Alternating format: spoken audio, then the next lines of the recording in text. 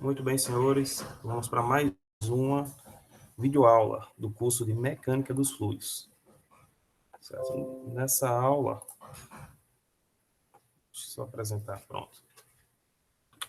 Nessa aula nós vamos falar sobre pressão estática dos fluidos, parte 2. Então, nas aulas passadas nós falamos da parte 1 e do exercício da parte 1. Agora nós vamos falar ainda do capítulo 3 do livro do Sengel, certo?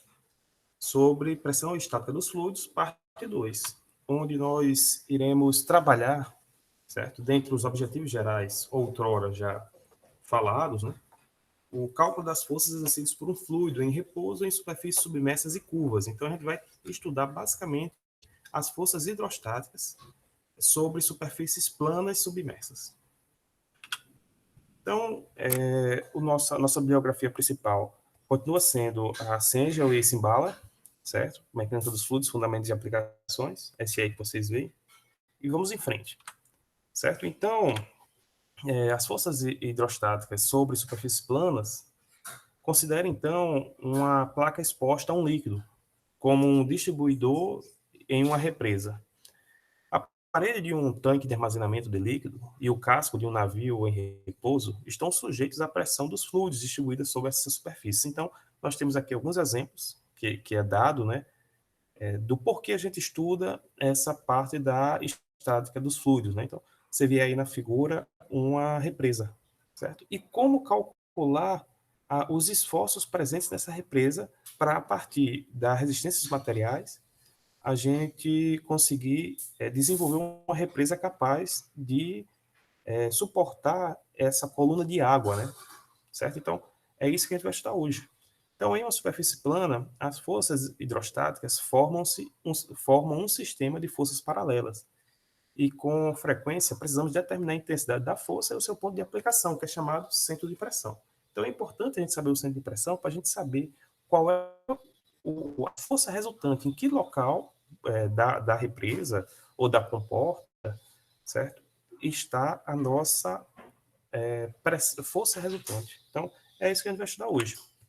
Então, ó, quando você tem uma represa, nesse caso aqui, ó, você tem uma represa, e a partir do teorema de Steve, que a gente já viu, que diz que quanto mais a gente mergulha no mar, né, quanto mais profundo, maior vai ser a pressão incidente nela.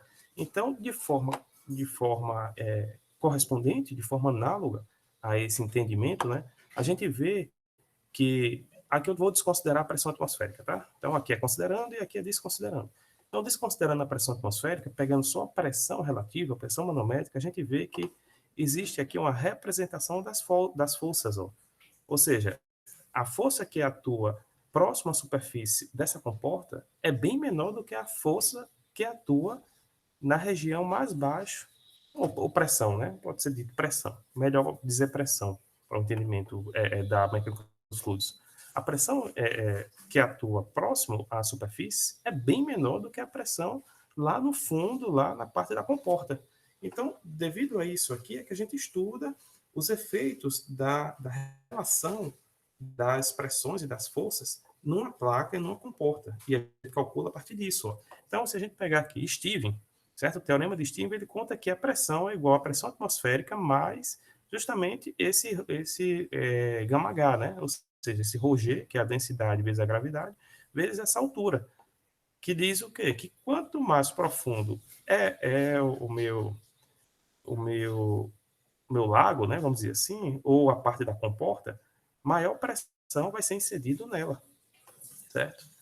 Então, ó, a minha pressão atmosférica é igual a ρg vezes a altura vezes seno de θ.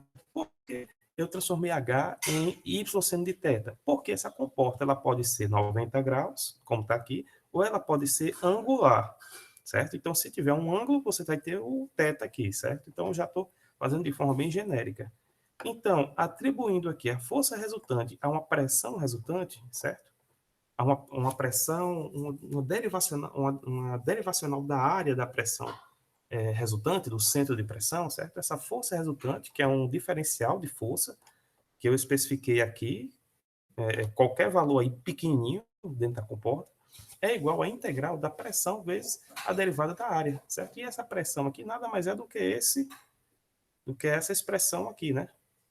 Então, a força resultante, ela é pressão atmosférica vezes A, geralmente isso aqui é zero, devido a gente utilizar sempre uma pressão manométrica, mais ρGH, sendo de θ, integral de Y. Essa integral de Y aqui está relacionada ao primeiro momento da área, que é o centroide. Então, faz-se necessário, para a gente determinar a força nesse componente, a gente calcular o centroide da nossa comporta, certo? Professor, eu não entendi. Para que você analise as forças resultantes numa comporta, é necessário você entender a área e o objeto o objeto geométrico da sua comporta. Se ela é retangular, se ela é circular, se ela é triangular, se ela é quadrada e por aí vai. Então, por isso é que a gente precisa calcular aqui, ó, o centroide da peça, certo? Então, a pressão média, né, a força média, não a força resultante, a força média. Por quê? Porque a força resultante a gente vai atrelar aqui com uma força que está sendo inserida no centro de pressão. Essa FR aqui que ele coloca, que eu vou chamar de força média, ela está sendo atribuído ao centroide da comporta, certo? Ao ponto de centroide, certo? Que é igual a pressão média vezes a área, certo? Que essa pressão média aqui é a pressão de centroide. Ou seja, é quando você relaciona o Y a centroide do seu sistema. Ah, professor, e como calcula a centroide? Pois é. A centroide ela vai ser calculada a partir, ó, aqui você tem alguns objetos geométricos, certo? E a centroide de cada um, ó, certo? Para que a gente entenda melhor como funciona a centroide, faz necessário a gente fazer o estudo da estática. Mas como aqui seria algo que fugiria muito do nosso tema atual, então eu já trouxe aqui algumas ideias aqui de como calcula esse centroide para vocês terem base, né? Então, ó, a magnitude da força resultante que age sobre a superfície plana de uma placa completamente submersa em um fluido homogêneo, que é densidade constante, é igual ao produto da pressão no centroide da superfície da área. Exatamente o que eu acabei de falar. Então, a magnitude da força média, certo? Presente na comporta é justamente aquela força, aquela pressão lá no centroide, certo? Que é diferente da força resultante, certo? Que a força resultante ela já vai estar mais relacionado ao centro de pressão na peça, certo? Que o centro de pressão na peça a gente vai calcular daqui a pouco. Então aqui você vê, ó, que é uma comporta, certo? De formato geométrico variado em ângulo, certo? Para que a gente entenda onde é que nasceu esse seno de θ aqui, ó, que é justamente esse ângulo. Então aqui nós temos o centroide, ó, que é no meio da peça, vamos dizer assim, dependendo do fator geométrico, e nós temos o centro de pressão, que é o fator resultante dessa distribuição de força aqui, certo? Se ela fosse quadrada, o centro de pressão seria igual ao centroide. Mas como ela tem um formato trapezoidal ou triangular, certo? Ela vai ser um pouco afastada do centroide. Então, aqui a gente já falou, certo? Então, ó, quando você pega isso aqui, certo? Você vê que essa pressão resultante aqui, ó, certo? Se, na verdade, a gente pega um momento, né? Por quê? Porque como ele está afastado do centroide, aqui vai haver um momento, certo? Que esse momento vai ser igual essa distância vezes essa força resultante aqui, certo? Então, na hora que eu faço a integral desse valor, né? Nós temos a pressão, que é aquela pressão que a gente já viu anteriormente, e y. Então, a integral de y vai ser aqui você vai ter o centroide, certo? Que é a primeira integral, o primeiro momento, certo? E o segundo momento, você já vai ter o momento de inércia, certo? O I, ok? Que é igual à derivada segunda, ó, certo? Momento da área, ó, certo? Que também a gente pode calcular aqui, ó, já é dado, certo? Mas também, se você quiser aprofundar nesse assunto, lá na estática tem um estudo disso aqui, de como é que a gente determina, certo? Então, para você detectar o YP, que é essa distância do centro de pressão, como é que você faz? Você iguala o centroide mais o momento de inércia dividido pelo centroide vezes a área. Beleza, facinho, certo? Só isso aqui, certo? Para qualquer que seja a figura geométrica, certo? No entanto, aqui você tem, que a gente já falou, né, alguns momentos de inércia aqui, como é que se relaciona, tudo, tá? que lá na estática também vocês aprendem melhor isso aqui, certo? Mas, especificamente, quando a gente trata de uma placa retangular submersa, certo? Onde a maioria das comportas e a maioria das barragens tem esse formato retangular, a gente tem esse seguinte, nós temos 3 condições, né? Uma placa horizontal, ó, certo? Retangular, uma placa vertical e uma placa inclinada. Então, para que a gente encontre a força resultante nessa placa inclinada, ó, nós temos que igualar ó, a pressão atmosférica mais o ρg, certo? Que multiplica S, que é a profundidade onde essa placa tal comporta, certo? Mais B sobre 2, que é a altura aqui da comporta, vezes o seno de θ, porque ele não está reto, ó, então precisa de um seno de θ, vezes a área, A vezes B. Então, a partir disso aqui, você tira a força resultante de uma placa inclinada. Logo, na placa vertical, é só tirar o seno, ó, certo? Porque seno de 90 não é 1, então fica por isso mesmo. E na placa horizontal é justamente Steven, certo? Pressão não é força sobre área, logo força é igual a pressão vezes área. Se a área do retângulo é base A vezes B, né? Certo? A pressão vai ser pressão atmosférica mais gama H, certo? Então, basicamente é Steven.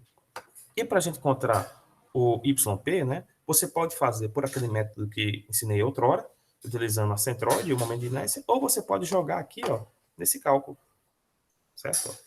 Esse cálculo aqui, que vai dar um valor aproximado, tá? Então, pelos meus cálculos aqui, deu um valor aproximado, não deu aquele valor certo, né? Certo? Deu um valor aproximado ali da força resultante, né? Do ponto de força resultante.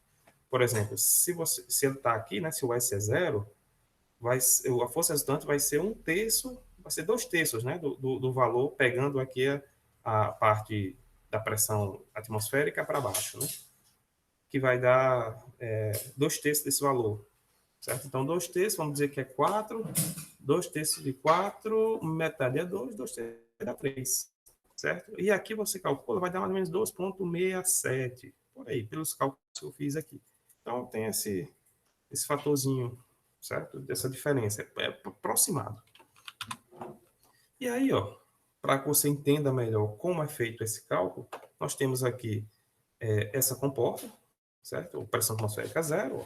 Então você tem essa barragem aqui, do qual você tem essa distribuição de forças, ó, certo? Do qual aqui é zero e aqui é ρgh, que é a pressão máxima, né? A força máxima incidente na barragem. Então, se eu pegar aqui um certo ponto, um ΔA, que é uma derivacional da área, pela derivacional da altura, um pontozinho da área, um ponto da altura, a gente tem que o diferencial de força estipulado aqui nesse ponto é igual à pressão vezes o diferencial dessa áreazinha aqui, ó. Professor, que área é essa? Qualquer ponto da área, certo? A gente vai fazer isso só a título de cálculo, a título teórico. Então, ó, na hora que eu vou fazer isso aqui, é necessário que eu tire a integral, né? Que eu integre os dois lados. Ó. Integrando, eu tenho o PDA, que é aquilo que a gente já viu. Logo, a área ó, é igual a L, ó, L vezes ΔH, certo? Ou seja, a área da base vezes a altura, certo? E a pressão é Steve, né? ρgh. Então, ó, substituindo essa equação, pegando a integral de 0 a h, que é a altura que eu quero aqui, ó, certo? Essa altura toda. Então, a integral é igual a ρgh, certo? Que é esse h aqui, ó, vezes L dH. Então, logo, a minha integral vai ser relacionado a esse ΔH. O resto aí é constante, né? Então, a força é igual a ρgL, integral de h dH, certo? Que logo fica H2 sobre 2, certo? E isso aqui que a gente está falando nada mais é do que o acetróide, certo? O centro de massa lá, que é o primeiro momento da derivada, né? Da integral, certo? Que vai dar esse valor aqui.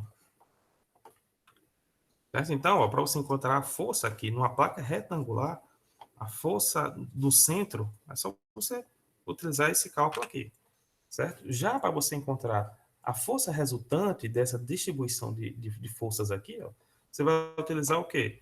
O momento, que é igual a FHCP, certo? Que esse HCP é justamente a altura do centro de pressão, certo? Que é igual à integral de H, PDA, né? Então, você já tem um H aqui e a pressão e a força, que é PDA. Então, esse H vezes PDA.